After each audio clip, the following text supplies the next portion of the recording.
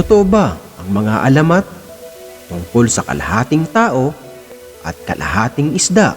Totoo ba ang mga sirena?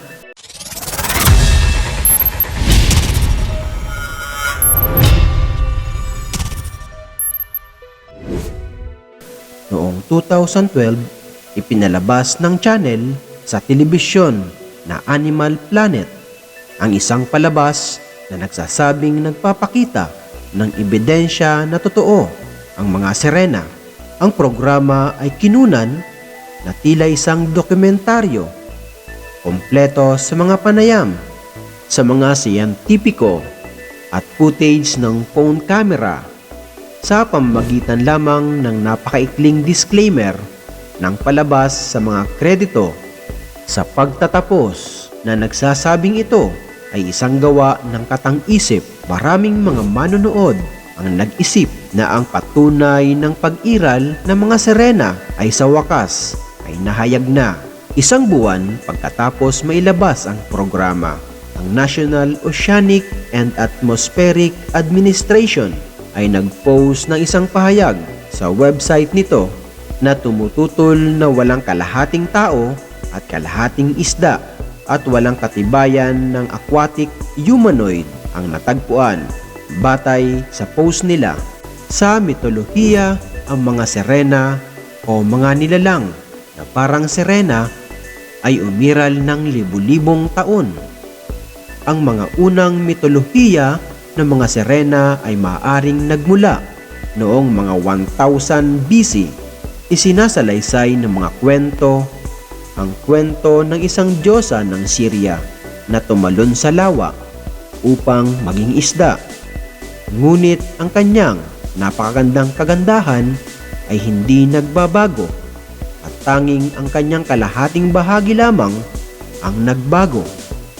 Simula noon, marami pang ibang kwentong sirena ang lumabas sa alamat mula sa iba't ibang kultura sa buong mundo. Halimbawa na lamang ng African water spirit na si Mami Wata ay sirena sa anyo.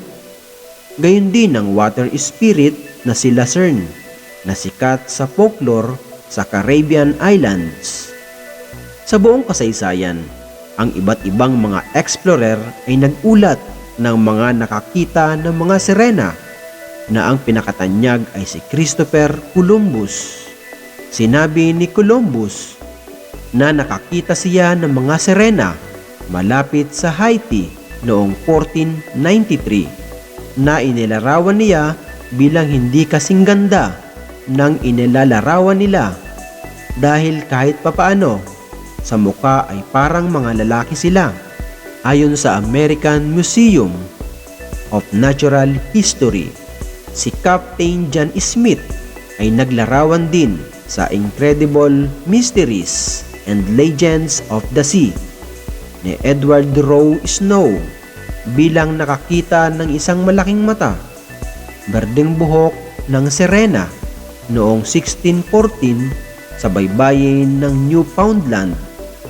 Naniniwala ang mga eksperto na sina Columbus, Smith at iba pang mga explorer na nakakita ng sirena ay talagang nakakita ng mga sulyap ng mga marine mammal na kasinlaki ng tao na tinatawag na manate at dugong.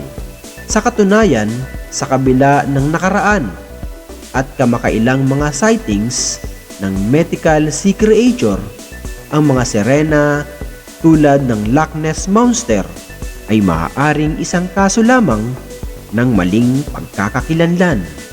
Kung nagustuhan mo ang ganitong mga video, pakishare na rin sa iyong mga kaibigan at kapamilya.